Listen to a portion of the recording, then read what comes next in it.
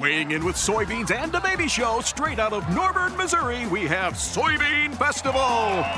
From Hayward, Wisconsin, at 73 years young with the world's largest muskie statue, put it together for Muskie Fest. Finally, packing a punch with fire dancing and a pet costume contest, the Roseau, Minnesota Fall Harvest Fest. One of these festivals could win $100,000 in the Cenex Hometown Throwdown. You decide. Cast your vote at CenexHometownThrowdown.com. Cenex, powered locally.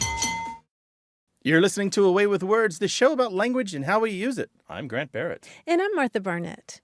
On Twitter, Rachel Whitinger asks, is there a name for working on a computer until it's all the way dark and there's only the light of the screen? This thing should have a word. Screenhearthing? Screenhearthing? You know that feeling when you've just been focused on your computer? Oh, I do know it, yeah. In the zone for hours. In after, the zone. Skipped a meal, haven't gone to the restroom, didn't get up. Right. You're starving. Failed to answer the door. What do you think about screenhearthing? Yeah. Maybe screen setting? It's like the Screen sunset outside. Interesting, yeah. Screen setting.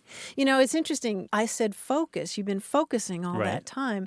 And the word focus in Latin means hearth or fireplace. So I kind of like that. Oh, because it's the focus of the family activity? Yeah, yes, the focus of the house. Interesting. How cool is that, it could right? Be, the right? focal point The of focal a house. point. But I kind of like either screenhearthing or Screenhearthing is too hard to say. You're right, it is, especially at the end of a long day when the sun has gone down and you're just illuminated by your screen. You're but you've glowing. had, I know you've had yes. this I experience. used to do that when I was an IT guy. I would go in on the weekends and holidays because nobody was there and you could turn off the servers and do stuff like that. And I would literally leave the office and not know what time of day it was. I have no idea. What the weather was. It could have been day. 7 p.m. or 3 a.m. I have no idea. Yeah.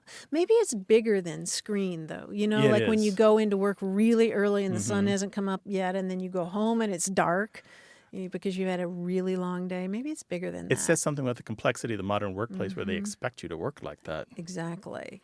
Well, you know, I know a lot of people who are very interested in language and who may have suggestions for us. And they have lots of opinions, I found.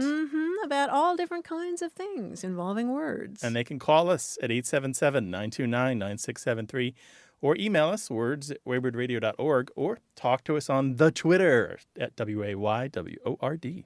Hello, you have a Way with Words. Hi, this is Gene. I'm calling from South Burlington, Vermont. Hi, Gene. Welcome to the show. What's going on, Gene? Okay, the word I have for you is crusticle. A little bit of background on this. I have worked as a deckhand on the Lake Champlain ferries. There's 3 crossings on Lake Champlain. And in the wintertime, I don't work the winters anymore, but we used to have arguments, friendly arguments about the accumulation of salt and dirt in the wheel wells of cars and trucks that would get deposited on the decks of the ferries. And it got to be a pain, actually, to move these chunks. They had some indelicate words to use to describe these chunks of ice, frozen material. And then one of the guys came up with the idea that he had heard somewhere that the word was crusticle, that was inside the wheel well of a truck or a car. And I was wondering if it was just a regionalism. He didn't know where the word came from, except that he heard it from somebody else, and whether it was invented, or if you have any idea of a history of the word, or if it's been used in that context before. Interesting. I was going to ask you how you felt about crusticles, because, of course, we don't live where there's snow and ice, but I sort of have fond memories of them, of kicking them out of the wheel wells. It's sort of so satisfying. Yeah, it's kind of like bubble wrap, you know, squeezing bubble wrap or something. When it comes out perfectly formed with the shape of the inner wheel well, that's the best moment. Well, I can tell you that my wife just about 30 minutes ago, she had to go outside and scrape the melted crusticles off the garage floor, and she wasn't too happy about it. No. I guess it's different when you don't live there. Now, we have come across this term before, Gene. In Vermont, Vermont, yeah. We've got an email from Judy Bond in 2015 when we talked about something like this on the show before. Okay. And she said that she knew it, and I learned it from the Burlington newspaper. Oh. Yeah, I think you all had some kind of contest or something to name those things, and somebody came up with. Well, we didn't have a contest, but we had so many people with their own terms for the snow snot. I think was one of them, and I liked Fenderberg. Fenderberg is a great one. Fenderberg, yeah. No, I hadn't heard those. No. Yeah, or So maybe that's carcicle. where he had heard the word. Yeah, it could be. It doesn't Google all that well, or it does Google, but for some more offensive things. Don't go to Urban Dictionary's definition for it.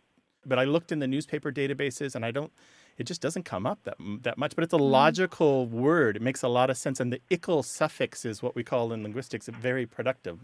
Lots of things have ickle added to them to mean something made of hard ice. Yeah, because some of these that would come off of 18-wheelers on trucks, and we would have as many. The ferries are pretty long; they're 200 plus feet long, and we would have as many as 4 or 5 tractor trailers on. Mm-hmm. And on a winter's day, they would come up the ramp and they would bounce along, and they would get onto the boat. And these chunks, some of them pretty big, 5-10 pounds worth of ice. Oh wow! We would have to, shovel them off. And when you have just a channel on the crossing, you would be shoveling this stuff off, and you'd see it on the lake for the next 3 or 4 weeks. It would still be there because the temperatures would stay really low. Right. Yeah. Well, I can see why you might have an off-color name for those things if they're making your life that difficult. What's interesting to me is that there are so many different names for these things that people have just made up and use around the country, like slush puppy or kickies because you kick them off, but nothing really canonical. Right, nothing that stuck for everyone. Yeah. Well, Fenderbergs sounds pretty good, too. I like that one. That's a nice sound, I like right? that one, too. Well, Gene, you have our sympathies from out here on the West Coast. Good luck with the Crusticles. That's part of what it is living up in the north, yes. Take It's care. a beautiful town. Bye, Gene. Okay, thank you. Bye. This is unrelated, but it reminded me of one of the tricks we used to play on people when I worked in fast food as a teenager. What? Well, he was talking about his wife cleaning the ice off the floor of the garage and how much she hated it. Yeah. We used to tell the newbies to get a wet mop and go mop the walk-in freezer floor. Oh, no. How can I have known you all these years and I never knew until just I'm now sure we that talked you about used this to before. do that to newbies? Yeah, and they Wow. don't quite realize that the mop is going to freeze and it's going to be ugly real soon.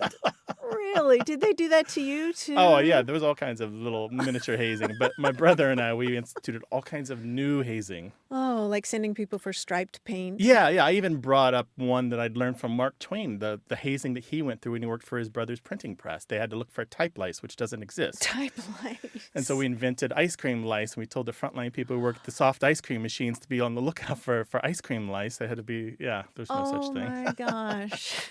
I'm glad I was a freelancer all those Anyway, years. 877-929-9673.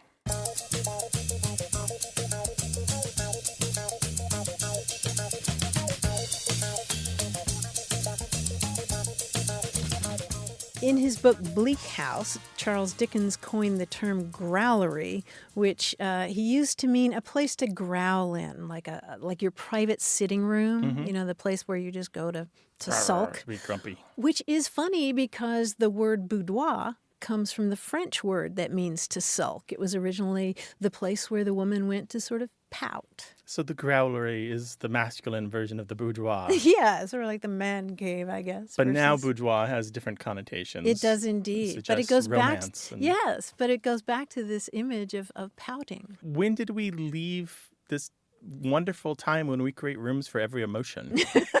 Where's my I know, right? We have the thinking room. We all know what that room is. Yeah, I know that room.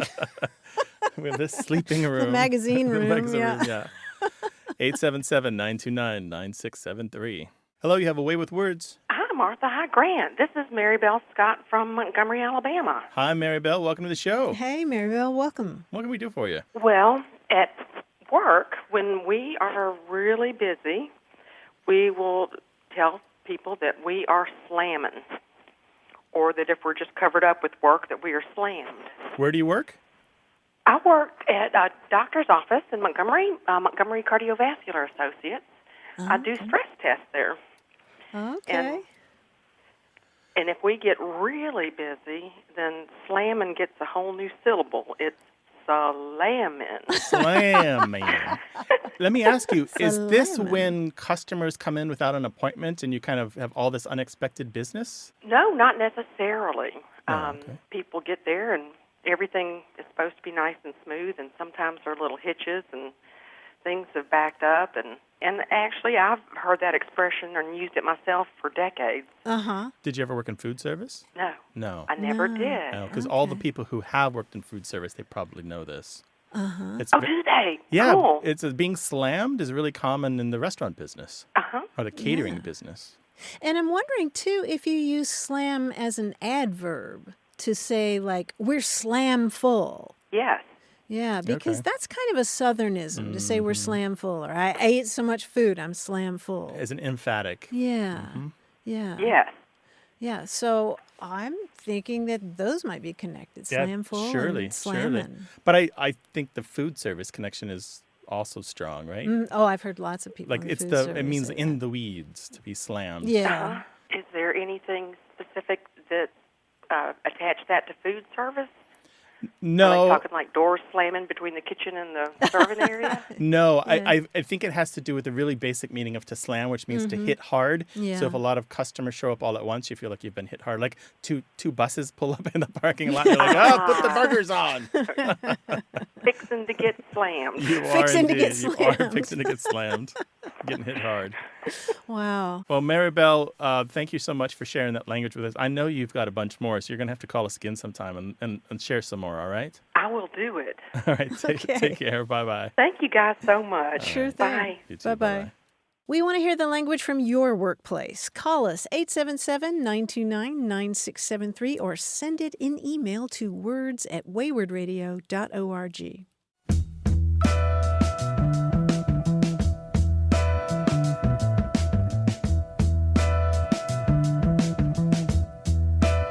On our Facebook group, Oddly Robinson wrote, "While walking in the wood near my home, I came across a sign that stated no flogging allowed, and oddly realized that someone had added an F to the logging.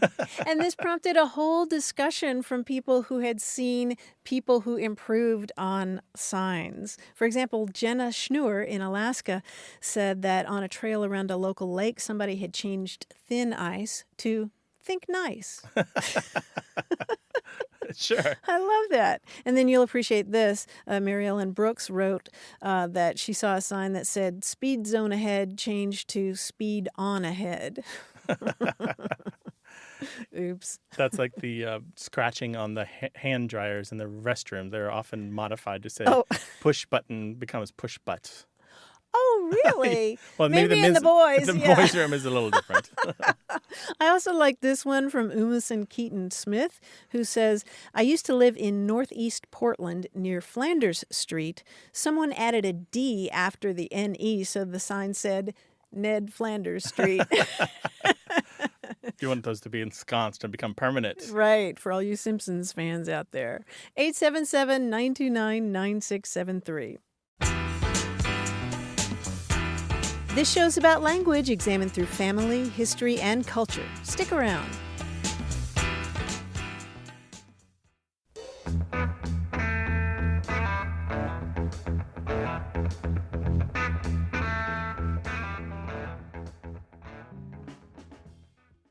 Hey, we've got something special for those of you who love our show but could do without the ads. That's right. Imagine a way with words, the same engaging conversations, the same deep dives into language without advertising interruptions. We're talking about our ad-free podcast feed. It's sleek, clean, and it's just for our supporters. It's at waywardradio.org/ad-free. It's inexpensive, easy to sign up for, and works with all major podcast apps like Apple Podcasts and Spotify. It's an affordable way to support the show and get a seamless listening experience. And if you're feeling generous, why not give a subscription to another Away with Words fan? That's waywardradio.org/ad-free. Sign up today. Your support means the world. waywardradio.org/ad-free. Thank you. You're listening to Away with Words, the show about language and how we use it. I'm Grant Barrett. And I'm Martha Barnett, and joining us now is our quiz guy, John Chinesky. Hi, John. Hi, John. Hi, Martha. Hi, Grant. I set myself a task this week to come up with a quiz based on a random phrase, and when I thought to do this, I was walking up the subway stairs, and immediately the first thing I saw was a coffee cup sitting at the top of the stairs. Now, today's quiz is called Coffee Cup. Here's how it works. I'll give you a word and then a definition of the word that I want that word to be. Now, the only way we'll get the new word is by adding an M, like milk, or an S for sugar. Okay. Now, sometimes you may have to add both milk and sugar, an M and an S, or multiples of them. For example, if the word is cap, C-A-P, but what I really need is a place to pitch my tent, your answer would be? Camp, we're adding Camp. one M. One milk. That's right. Very good. If the word was foil, F-O-I-L, but what I really need is a relic of the past, your answer would be? Fossil, so that'd be 2 S's, 2 Two sugars. S's. Right. Very good. Or sugar and soy. Sugar and soy. Very good. It's very modern. I like that. Let's order a few. The word is now, but what I really want is cold weather precipitation. Snow, we're adding an S. So one sugar Yes, to the very milk. good. Yeah. The word is cob, but what I really need is a common tonsorial tool. That would be a comb, so you're adding 1 M. C-O-M-B. One M. Tonsorial. Very nice. Very nice word, tonsorial. Tonsorial. The word is pal, but what I really want is a sacred song or poem. Psalm, right? P-S-A-L-M, adding an S Yes. and an M. An S and an M has both milk and sugar. Yes, very good. Psalm. The word is tar, but what I really need is a monarch or emperor. Okay. Tsar, right? Yeah. T-S-A-R, Tsar, yes. adding an S. T-S-A-R, yes. The word is halo, but what I really want is peace in Israel. You would be adding an S and an M to make shalom. That's Shalom. Sugar and milk. Shalom to you as well. Now, I was given a T, T-E-A, but what I really want is what's coming out of the teapot. Steam. Steam, And an yes. S and an M for steam. S and an M. Very good. The word is coerce, but what I really want is the buying and selling of goods. Two M's, yeah, for commerce. 2 M's, double milk. Very good. Yeah. The word is ink, but what I really want is the capital city of Belarus. Minsk. M and an S. Minsk is right. The word is eBay, but what I really want is my country's headquarters in another country. An embassy. Add an Embassy. M and 2 S's. That's right. I'm taking my coffee and getting out of here. Yeah, Goodbye. where's the coffee? That's I what left wanna yours at the know. top I of the know. stairs so you could pick it on your way up the That's where it subway. is, yeah. Doggone. I'm At the ready top of now. every New York City subway platform staircase, there is a cup of coffee waiting there for you. Waiting Yes. for me. No, thank you. But thank you, John. Thanks, John. We appreciate it. Talk to you next week. Thank you, guys. Bye.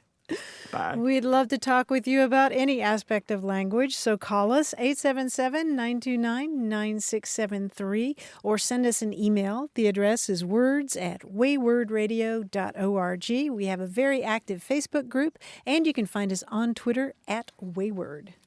Hello, you have a way with words. Hi, this is John calling from New York City. Hi, John. Welcome to the show. Hi, John. What can we do for you? Well, my question is something that I've been pondering my entire adult life, basically. I've grown up speaking multiple languages, primarily English and Tagalog, which is the national language of the Philippines. And I learned both languages simultaneously as a child and still speak, Tagalog fluently now as an adult. And it was funny when I heard your show while I was in San Diego. That question popped up immediately because I was in the car with my family, speaking Tagalog, speaking English, and I found myself, code switching, pretty seamlessly.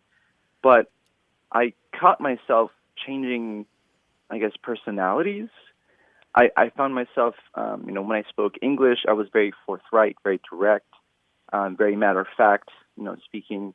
But then when I code switched over to Tagalog, I found myself a bit less aggressive sounding, I guess. I felt myself sounding more compassionate, kinder, more soft-spoken. I struggled, in speaking with my mom in particular. So I guess I just wanted to know from your end if you come across any research or anything that you've known through your experience, if there is such a thing as personality changes when one person switches from one language to another, especially when they're from two very separate language families. I love this. Wow. This is great, John. Yeah. This is a question that many people spend a lot of time looking into. Yeah. And you were speaking with family who learned it the same way, learned both languages the same way you did? No. So my mom and her sisters, they grew up in the Philippines. So Tagalog was their first language, and English was the academic language that they used in school. I see. Whereas for me, it was switched because English, I grew up in California, so English was used everywhere, and I would only use Tagalog at home. Yeah, so the question's really important that Martha asked there, because one of the main reasons people feel like a different person when they speak a different language is that the context is different. And by that, I mean when you speak Tagalog, you are speaking to people who you respect. You're speaking to your elders, right? You're speaking to your mother, maybe your grandparents, your aunts and uncles, family. And when you speak English, that's kind of like the language of everyday life, where those bonds of respect aren't necessarily going to be in place. The other thing is, and I don't know that this is true for these two languages, but sometimes when people talk about feeling like a different person when they speak a different language, they have an imperfect understanding of one of the languages or both of them, and so they have a different inventory of words that they're trying to work with. And then the third factor, and maybe this is more important to you, is the culture that goes along with the language, where English, for example, doesn't have, say, a formal U or a formal VU form or anything like that. And I think Tagalog does have some formal registers. There's some things that you do, it right? does. And the honorifics may be more explicit in Tagalog than they are in English, and some things like that. Yes, definitely. But you're not alone on this, and there's so much to say on this that I don't think Martha and I could spend a couple hours with you, and I'd love to talk about it for a couple hours. But I want to recommend a book to you that I think will get you started on this. It's called Life with Two Languages, An Introduction to Bilingualism. It's by Francois, I don't know if he pronounces his last name in French, but it's Grosjean in French, Grosjean. Yes, I just looked it up, yes. It looks like Grosjean, yeah, Life with Two Languages. And there may be a new edition, but the edition that I have is published in 1982. And he really gets into this. And there's been a lot more work done since he started it, but I think his work is a good place for you to begin. That's great. Thank you so much. I'm really happy that you brought that up. It's very enlightening and empowering, especially when being second generation Filipino-American, and there's definitely that language barrier between my mom and her sisters and myself, and I try very hard to use my Tagalog skills to connect with them and to maintain my relationship, and hearing all that is just pretty mind-blowing. So I really appreciate it. Thank you so much. It's our pleasure. And I want to add one thing to that, John. I want to reframe what you just said. Part of the reason that you're hearing a difference in the two languages is because of you. You are putting the love that you have for your Tagalog-speaking family into your relationships with them. It's coming out in your words and your words choices. So you're kind of echoing back to yourself the love that's automatically already there. So it's not only on the language, it's as much as a relationship as anything. That's amazing. Yeah. Thank you. I'm getting goosebumps.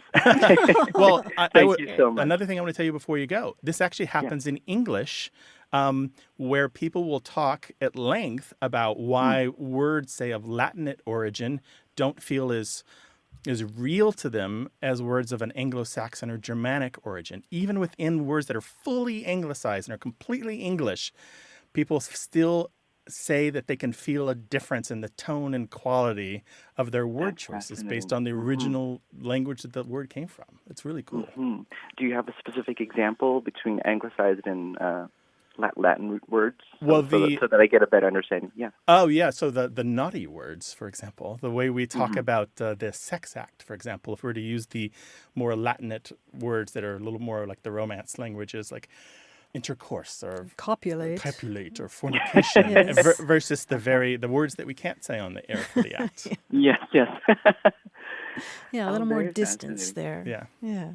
That's great. John, thank you so much for calling. Yeah, thank you also. I guess, how to say that in Tagalog, you would say salamat, which fascinatingly enough, I guess is derived from Arabic. When you say assalamu alaikum, salam, meaning peace, which you could spend hours again talking about language, etymology, and all that stuff. So that's how you would say it in my language. Salamat. And what would we say in return? You would say salamat also. Yeah, you say salamat. Salamat. Thank you very much, salamat John. also. Awesome. Thank you so much. Bye-bye. Take care, you guys. Take care. John, thank you. You're welcome. Bye-bye. We'll put a link to that book on the website so people know where to go for the resources. Yeah, and I was going to say that if you want a less academic take on that kind of thing, Richard Rodriguez's book, Hunger of Memory, about growing up in this country in California as a first-generation son of Mexican immigrants, is really wonderful. Just it really gives you a sensuous feeling for what it's like to speak Spanish at home and English outside of the home. I do feel like I need to say something very clearly, though, that maybe didn't come all the way through, which is there isn't necessarily anything inherent in a language that makes it more loving or harsher Right. or more direct or more indirect than It's the another language. It's associations. mostly the associations and how much each individual speaker knows of that language. Yes, and how you learned it. And how you learned it. Yeah. I'd love to hear from other listeners about their experience talking and living in two languages. Give us a call, 877-929-9673, or send us an email to words@waywardradio.org.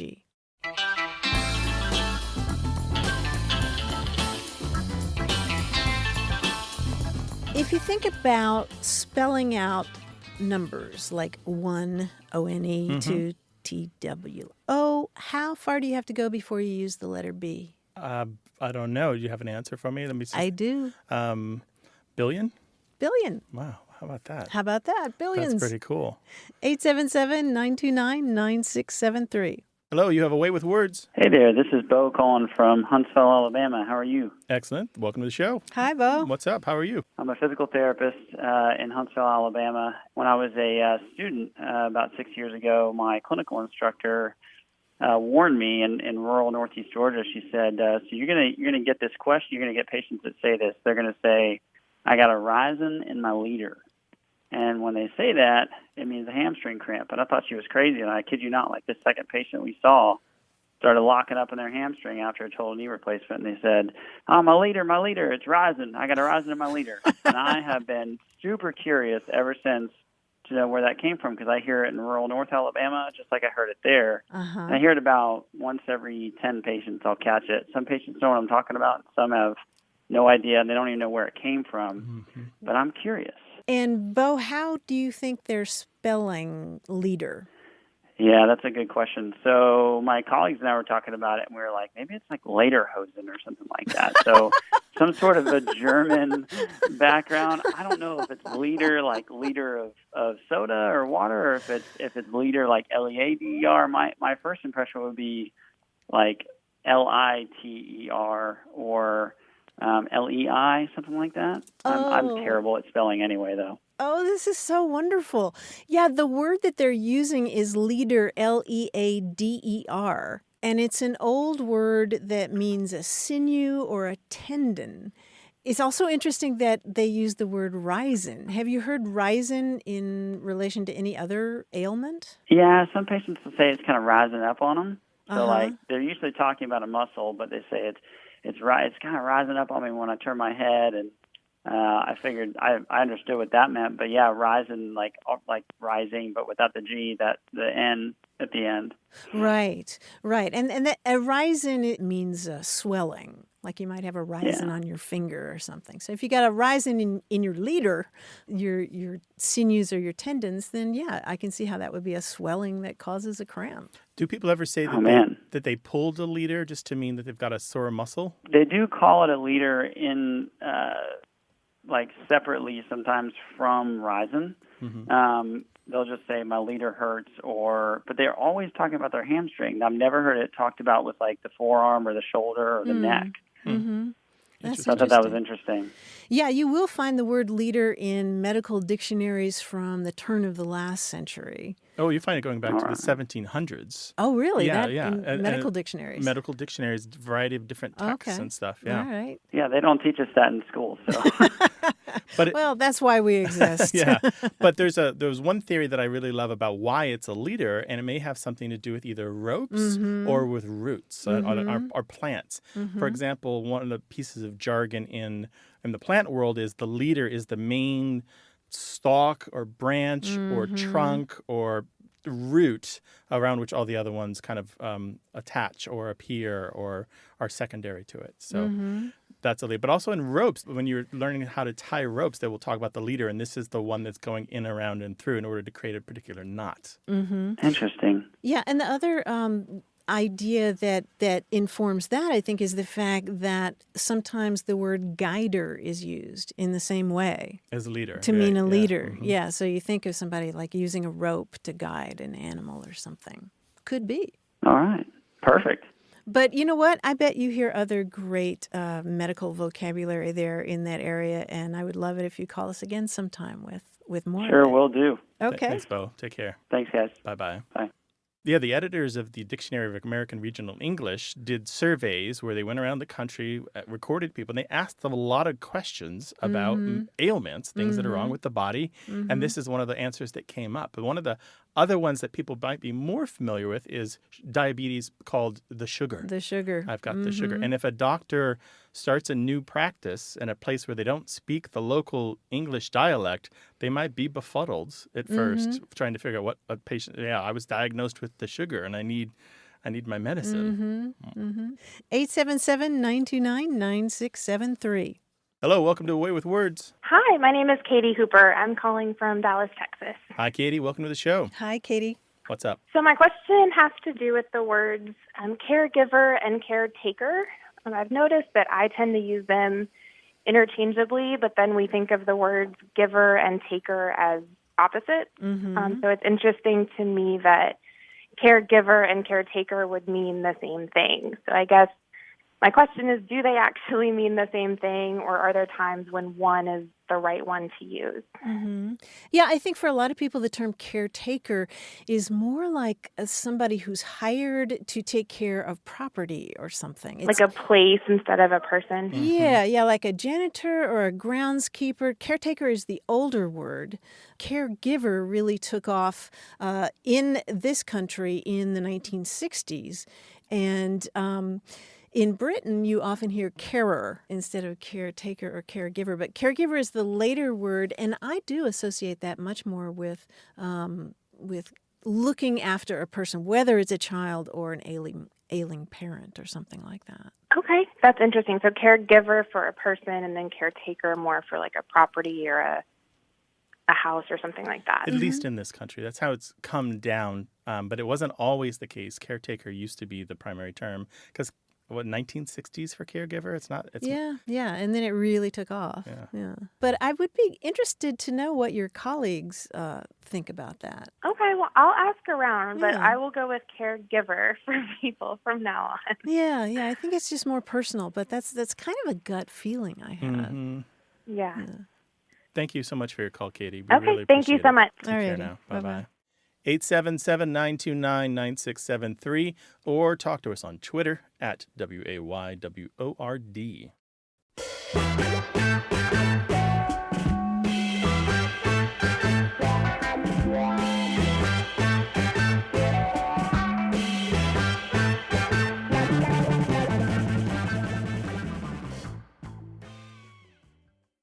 Got a minute? We need your help. Head over to gum.fm/words and share your thoughts in our quick survey. Your feedback matters. It's the backbone of our show's success. Thanks for making our show even more successful. That's gum.fm/WORDS. Thank you. You're listening to Away with Words, the show about language and how we use it. I'm Grant Barrett. And I'm Martha Barnett. We had a conversation not long ago about grammograms, which are a kind of rebus that uses only letters. So, for example, if you want to indicate the word empty on a vat, if it's empty, you can just write the letters MT. We heard from a listener who actually does that in his work. And we heard from a lot of other listeners who use those kinds of things in different ways. For example, Robert Krecklow of Arlington, Texas, called us to say that he's a high school theater teacher and that stage managers have to record a lot of data like sound cues and light cues and where actors enter and exit. And when you're writing in the script, you just use the letter Q instead of the word C-U-E. Of course, sure. Just quickly use the letter Q, which is super cool because our word Q, meaning a prompt, C-U-E, comes from the Latin quando, Q-U-A-N-D-O, which means when. And then we heard from Tim Healy, who is in the plumbing business, and he pointed out that pipes that are shaped like the letter Y are actually called Y pipes, spelled W-Y-E, which is super cool. You Google Y, W-Y-E, and you'll see all these pipes that are shaped like the letter Y. And one more example, you know the term bill of materials? It's a list of materials that are required by a contractor to complete a contract, or a list of all the raw parts and intermediates and sub-assemblies. Sure. It's called a bill of materials. The acronym for it is BOM, pronounced bomb. Well, we heard from Vince in Virginia, who works in a shipyard that refuels nuclear carriers and submarines. And he says he works in the materials section. And so on a daily basis, he's making nuclear bombs. Oh. And they also, when you're talking about a bill of materials, you can explode that bill of materials, which means you list everything and distribute it to the people who are going to be using the different parts. So he's not only making nuclear bombs, but he's exploding them on a regular basis. Vince, be careful out there. Well, we know you've got weird language in your work. Just humdrum stuff that seems exciting to you. Share it all with us, 877-929-9673. Or tell us all about it on Twitter at WAYWORD. Hello, you have a way with words. Yeah, hi. This is Tim from Arlington, Texas. And I'm curious about the origin of the term camp or campy, as in like camp cinema. Because whenever I hear, cinema or theater described like this, I picture in my mind like people around a campfire maybe telling ridiculous stories. And so, I'm curious how this came to be a descriptor of that sort of thing. And what would you give as an example of that sort of thing? What would you describe as campy? Well, to me, I guess, I picture, actors who are maybe hamming it up a little bit, maybe not entirely serious, not exactly the most highbrow sort of cinema or theater. Right. Okay, makes a lot of sense. Yeah. Long history. I'm going to trace it backward from the meaning that we have today with it, which is roughly what you've said. Dictionaries would probably say campy usually is a lot of overacting and perhaps an element of humor because of the overacting. Sometimes the campiness or the camp comes from ridiculous set decorations, or just the whole premise is ridiculous, even if the acting is utterly normal and ordinary. Right. But before that, let's go take it back to by the time it appeared in the entertainment business in the 1950s, it had a notion of homosexuality. It was connected to the idea of exaggerated gayness, and almost always meant male gayness or male homosexuality. Okay, interesting. And when it first appears in print, and I'm going to asterisk this and come back to it in a second, in the early 1900s, that's exactly what it was. It was about stereotypical male homosexual behavior, just like really kind of playing it up. That asterisk is, it's probably much older than the early 1900s. Most words appear in mouths and ears before they appear in print. With slang, we know that they're even older than just regular words. And with taboo words, or words having to do with taboo culture, like anything from gay culture, at the time, those are probably even older. So I would not be surprised to find that camp or campy in this way probably easily comes from 1880s or 1870s or even earlier than that. So that said, why camp is in there, we don't really know. There's a bunch of bad theories, but the one that has the most validity, most slang lexicographers could kind of get behind, is it might come from a French verb, se camper, which means to kind of camp out on a spot in a really dominating way, like a fierce, strong way. And it's something, you take control of the place, and you do it in maybe a military fashion, not necessarily in a not have nothing whatsoever to do with the theater or any kind of entertainment culture. Yeah, kind of striking a pose. Being provocative, like owning a place. Sure. Yeah. Sure. Wow. Okay. Yeah, and it really became popularized in modern culture with Susan Sontag's essay from 1960. On photography? No, it's called Notes on Camp, and she sort of brings it out of gay culture because for a long time it was kind of like private code almost. Before that, you could see signs in New York City in gay establishments that said, "Are you going to the beach this summer or are you going to camp?" Little play on words there. Okay. Yeah. Very interesting. Yeah, I had no idea it had any association with this kind of culture, especially as often as you hear the term. No idea whatsoever. This is a really far field of language, but if you read about how gay people used to identify each other before gayness was as accepted as it is today, what's really interesting is that some people believe that camp came out of that you might exaggerate certain behaviors that were not seen as heterosexual in order to send a really strong signal to anyone in the area that you were gay and you might be open to meeting. We call that dropping a hairpin. There we go. Very cool. Very cool. Okay, great. Thanks, Tim. We really appreciate it. Yeah, thanks for calling. Thank you. Take care now. Bye-bye. Thanks. Bye-bye. Bye. We talk about all kinds of language on this show, and we'd love to talk with you. So give us a call, 877-929-9673, or send your questions in email to words@waywardradio.org. And if you just can't wait, we have a very active Facebook group.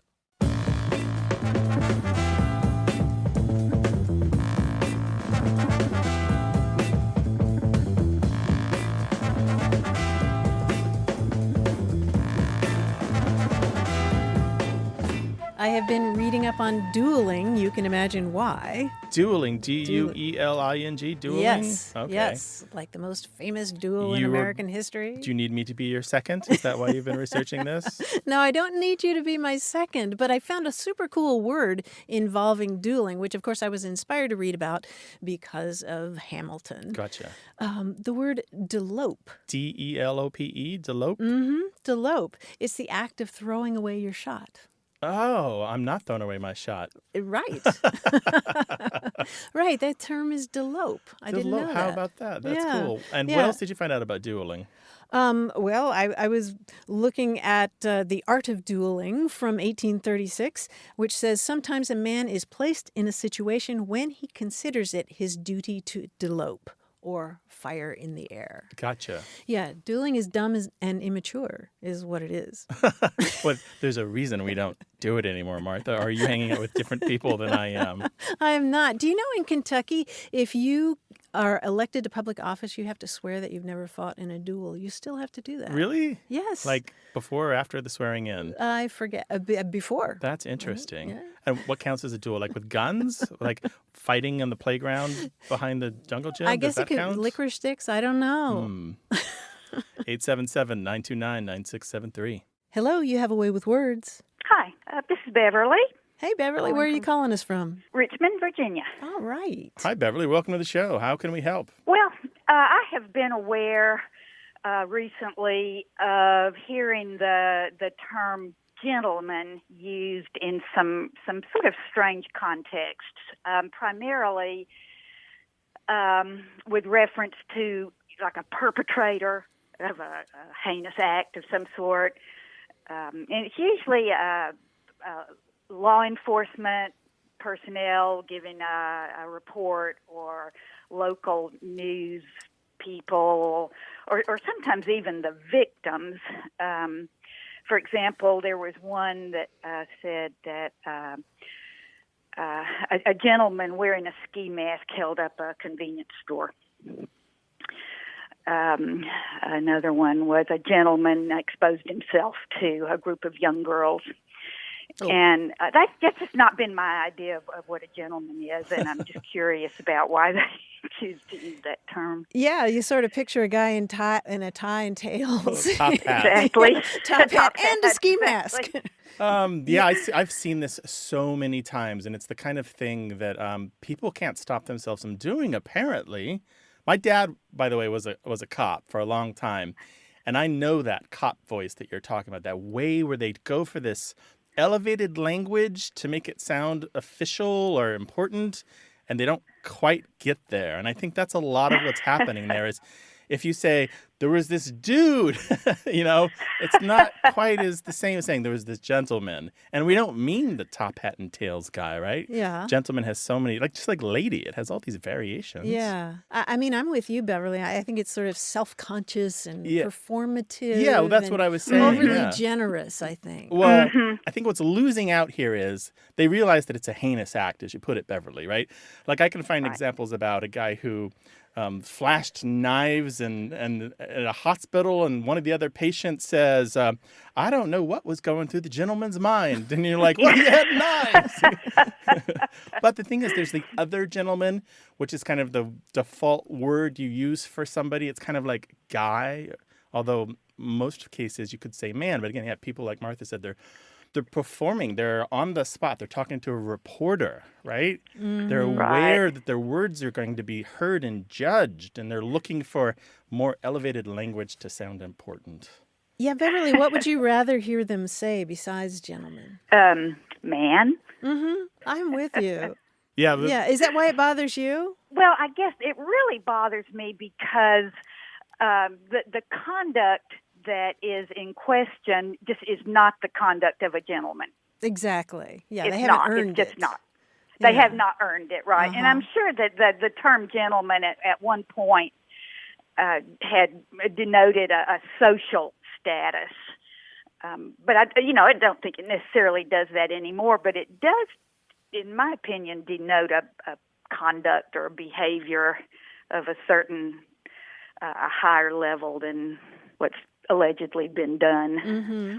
I don't think you're the only one that's noticed this, and whether or not people are conscious of it or not, what you will often find when people mean the definitive gentleman that you're talking about, the nice guys, they will add real or true in front of the word. They'll say he was a real gentleman or he is a true gentleman. And this way they distinguish from the kind of throwaway gentleman word that just means guy or man or dude. Yeah. Well, and it does seem like it's kind of become a generic term for a male person. Right, exactly right. It's called semantic bleaching, where the original kind of very specific sense is kind of withered down or narrowed down or winnowed down into something basic. So, Beverly, you're not alone. Well, good. Thank you very much for your call. We really appreciate it. Certainly. Right, take care. Take care. You too. Bye-bye.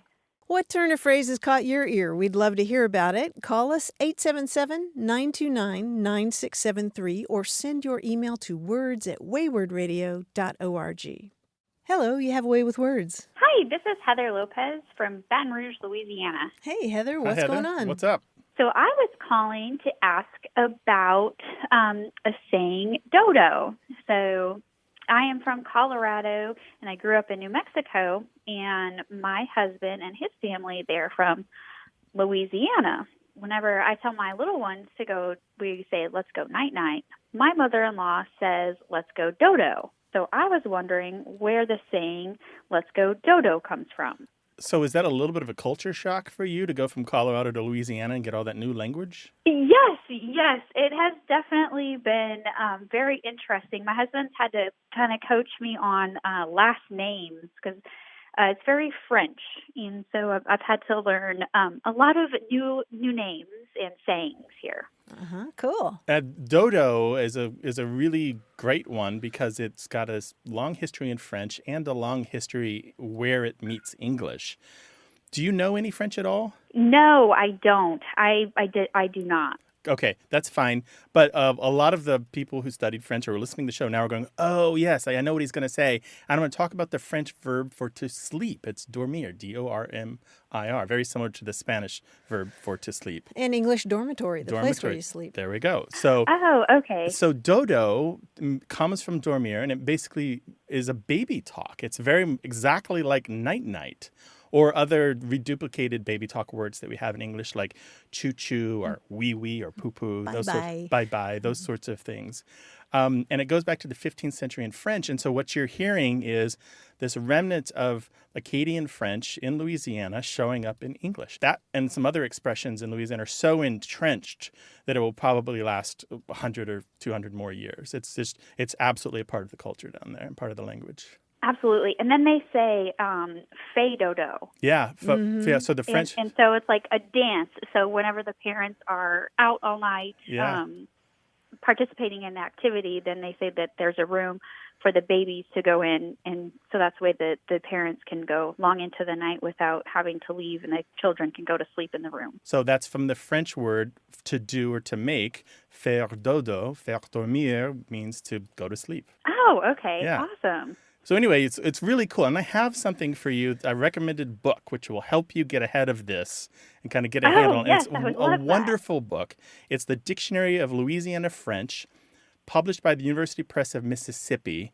It's not amateurish. It's very professionally done. And it totally covers a lot of the stuff that you're going to encounter in your new life in Louisiana. Oh, that's fantastic. I would love to read that. Yeah, check it out. Perfect. Well, thank you guys. Thank you, Heather. Thanks for calling. Okay, bye-bye.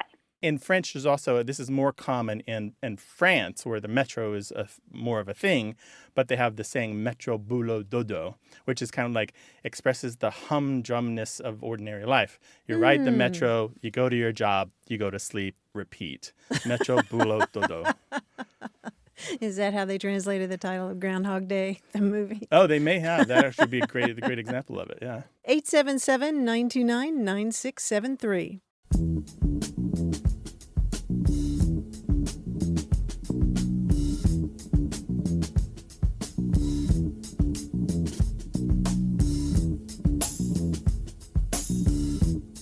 I always love it when friends use words I don't know, and then I have to go running to the dictionary. And a friend of mine the other day was talking about how, I was just krexing about something. Krexing? Yes. Do you know this term? Nope. K-R-E-X.